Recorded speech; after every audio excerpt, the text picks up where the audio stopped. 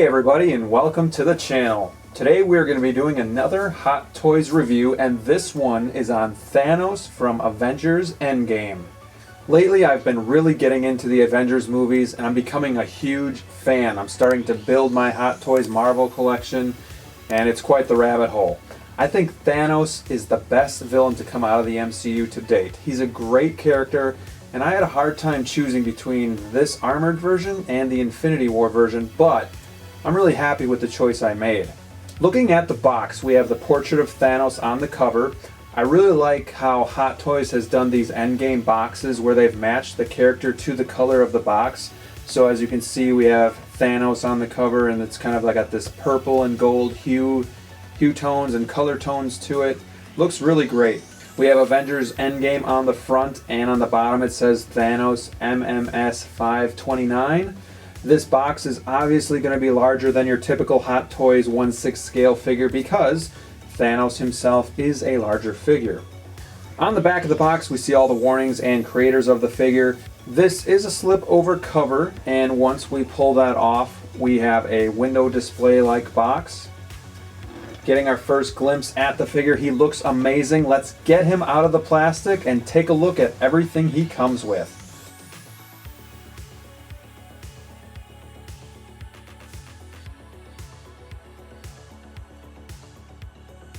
As always, here at the Jedi Knights Watch, we like to take a look at the base, then the accessories, then the figure itself.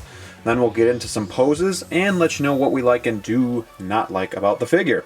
Here we have the base in front of us, and I gotta say I like it a lot. It is going to be bigger than your typical 6 scale stand, your 12 or 13 inch, because Thanos is a bigger figure and there's a little bit more heft to it.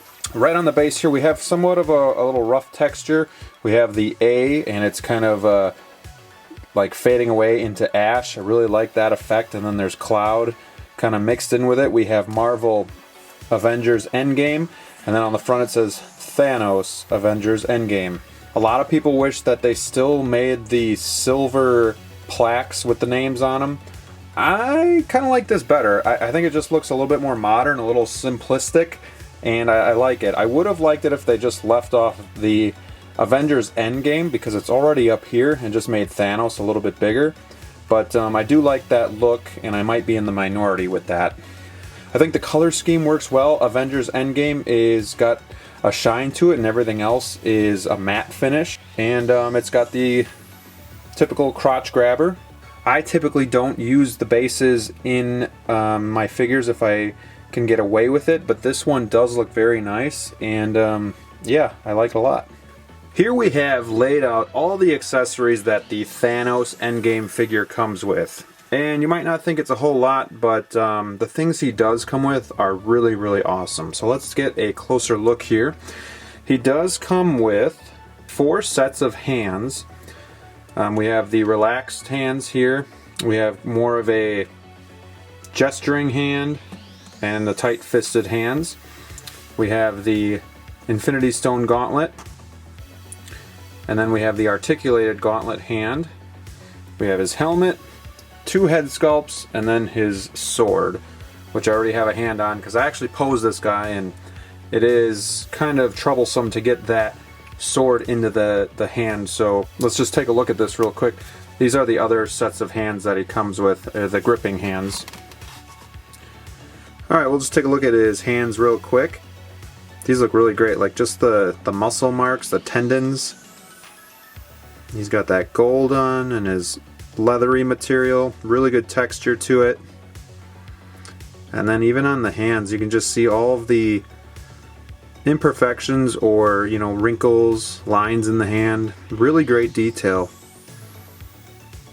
And here we have his sword. Lots of nice design marks just to make it look like that out-of-world metal material. And it just, you know, it's plastic and it's lightweight, but it looks like a real blade. Really great details here. It is difficult, this hand, it is difficult to get on the sword, so you do have to kind of pry the fingers apart. Just be careful, over time you may start to wear the paint off of the hand. So I'm just kind of like leaving it on. But I love this texture, like the swirls in the blade itself. Really cool. Hot Toys continues to outdo themselves. And here we have the Infinity Stone Gauntlet. Now, this is one of my gripes, and I understand they are making a Endgame Battle Damage Thanos with the Nano Gauntlet, but it's cool that they didn't have to give you this, but they did. It's not accurate to the movie where he's wearing the armor and has this gauntlet on, but you know, it's just cool to either pose by him or just have him wearing it because it just looks so cool. This does pop off, and there is an LED light here, and then the batteries are under here, and there's an on-off switch. Pops back on, and just goes back on. So this does have articulation at the wrist. However, if you guys know me, I'm not a big fan of batteries in my Hot Toys. They're just a pain to get in there. They don't last long. So I have seen that though, because it's just one light and it's down around here, this Infinity Stone is going to light up really well. These are going to be pretty dim, and then this one is going to be very dim. So the effect itself isn't great, but outside of that, it still looks really cool. And then if you wish, you can pop off the fist and have more of an articulated hand here, and you could try to, you know, make the snap. But it's not really an easy thing to do. It's kind of almost as close as you can get. But this one, because it's not a fist and there's not as much space in the hand, so these stones do light up a little bit better than the closed fist. So just keep that in mind.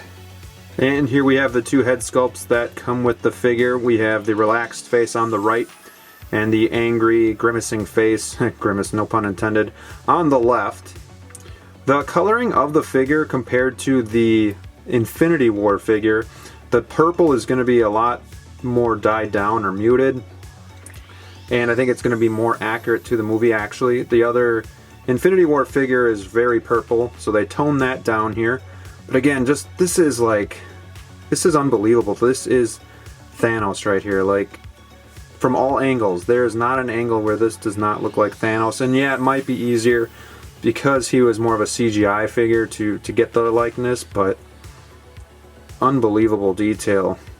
Which one do you guys prefer? I think I'm gonna go with this one just because, I don't know, I almost think this one's more intimidating because he's so psychotic and you just don't know what he's thinking. But this one right here, so this is a separate piece. So unlike the Ant-Man where he's smiling and it's like all flush, they made that separate, so this is a different mold, so it doesn't look so weird like the Ant-Man one does. Just a really impressive head sculpt. And then finally, we have his helmet, which is awesome.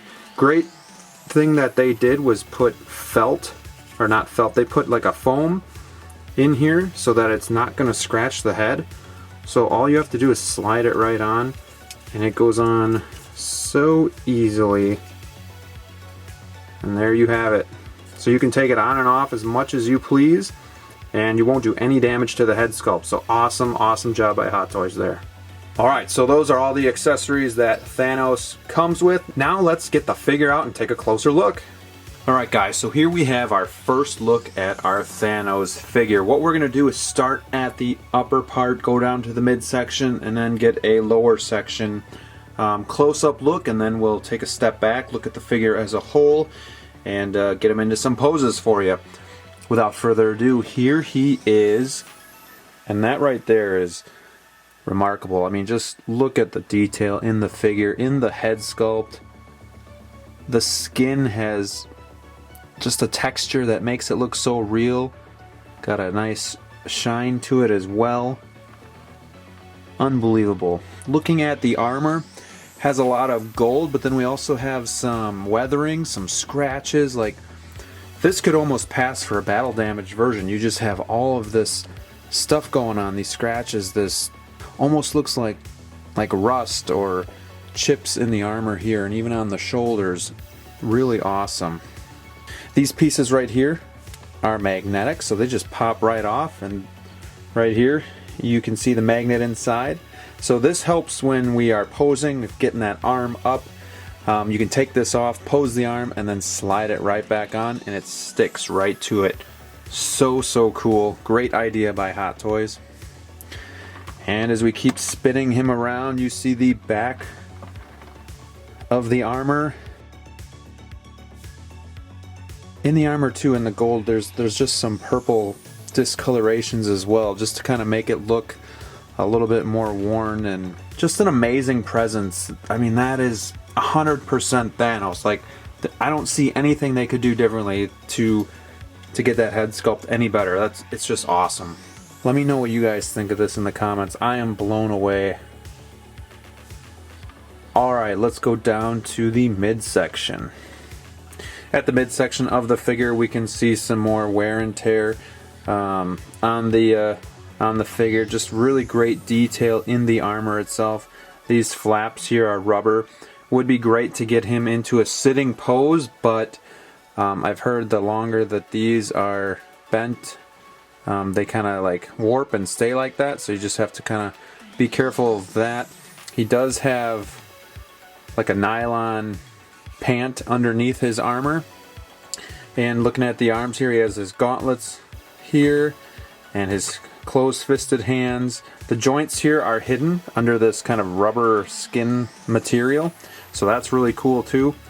I do worry about posing him in like a dynamic pose for too long, where this might deteriorate. I guess we'll kind of see. I don't know if people have had problems with those in the past. Even on the back of the elbow, you just see lines and kind of like, you know, the elbow texture. I mean, just the attention to detail. It never ceases to amaze me with Hot Toys, what they do. You know, here we have just more weathering on the armor. Like, it's just unbelievable. You know, scratches here, more weathering. It's everywhere, almost like little rust marks. Alright, and now we get to the bottom part of the figure. The great thing about this figure is he's going to have the split cut boot design, so we're going to have a lot of ankle movement. We're even going to have some toe movement here. So it's just going to be a lot of fun when we're posing this figure. Again, paint applications are awesome. Just lots of wear and damage on his armor. We have the purple hues in certain area just to give this armor more depth and more character. And then we even have some plastic pieces here. If anybody doesn't know, this is not die cast, it's all plastic. But even still, because it's a bigger figure, it is still on the heavy side. Alright, we're going to do our best showing the articulation of this figure. He is quite large, and I'm in quite a small space, but looking at the head here, up about that much, pretty good movement there, not down too far. And then here he kind of wants to go up because his collar kind of gets in the way. Nice thing about this figure is he is going to be, it's going to have ratchet articulation, so you're going to hear the clicking. And it goes to about there. And then the arm. Let's see here. It's about there. Wrists have the typical movement here.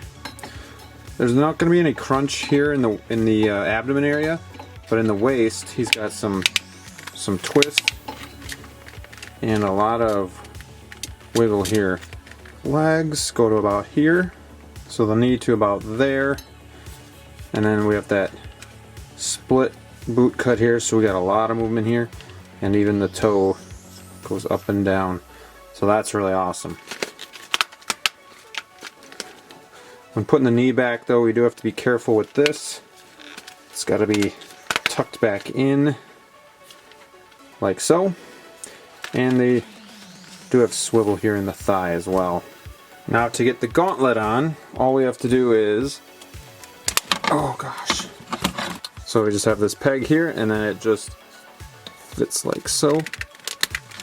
And there you have it. So it swivels here at the gauntlet and a little bit at the wrist. Alright, so while we put him into a couple poses, let's talk about some things that we love about the figure and some things that could have been done better. Starting with some of the things that could have been done better, I'm going to start with the Infinity Stone Gauntlet. It's really nice that Hot Toys included this, but I really wish it was the Nano Gauntlet so it could have been movie accurate. Now, they didn't have to add this at all. They could have just given you the figure and not the gauntlet, but I just wish it was movie accurate. I wish it was the red Nano Gauntlet. Would have just made this figure over the top. I understand they're going to give that with the battle damaged version, so that's probably why they didn't do it with this one, because they want to also give you a reason to buy that one. So I do get it, but would have been cool. Secondly, the hands do tend to fall off the wrist pegs rather easy. Can sometimes be a pain when posing the figure, you know, trying to just move the wrist a little bit and then it just pops right off. So not a big deal, but just kind of something that annoys me. Also, it's really hard to get him into a sitting position. He does articulate well, but it's really hard to get him into that pose, and if you're wanting to leave him in that pose for long term, it could cause damage over time with those rubber flaps. Now, having said all that, none of these issues are deal breakers by any means, and they shouldn't stop you from purchasing this guy. Moving on to the things that we love about the figure. First, the head sculpts are amazing and super detailed. They got this right and they hit it out of the park. This is 100% Thanos. I don't see anything wrong with it. He has such a presence on the shelf and it continues to amaze me. Like, my eyes directly go to him when I'm looking at my display. It's really cool. And I also love that they put foam on the inside of the helmet. Such a simple and easy thing to do, but it just makes putting the helmet on and removing it so much easier. You can do it as many times as you want and never have to worry about it damaging that head sculpt. I also really like the fact that this has ratcheting articulation, helps a ton with posing, and because he is a beefier figure, it's going to help from his limbs sliding. You know, when you put them into a position, they're not going to slide back down or anything like that. They're going to ratchet and they're going to hold right there. And lastly, I love the armor, and that's why I bought this one. I thought the Infinity War version was more movie accurate, but I just couldn't pass up getting the armored Thanos. I love the wear and tear, all the scratches and all the defects and all the purple color tones to it just to give it that much more character. Looks amazing. So there you have it, everybody. I know that the battle damaged Thanos will be coming out somewhat soon, and that figure will be amazing as well, but I'm not upset that I got this guy. I think they're all really great choices, and I would recommend getting them all if you possibly could. Let us know what you think about this figure and which Thanos is your favorite. Are you holding out to get the battle damage version, or do you have one of these? Let us know, and we'd be happy to talk about it with you. Don't forget to like and subscribe to the channel, ring that bell so you can be notified when we're coming out with new content. Thanks for watching, guys. Until next time, stay safe out there, and we'll see you soon. Goodbye.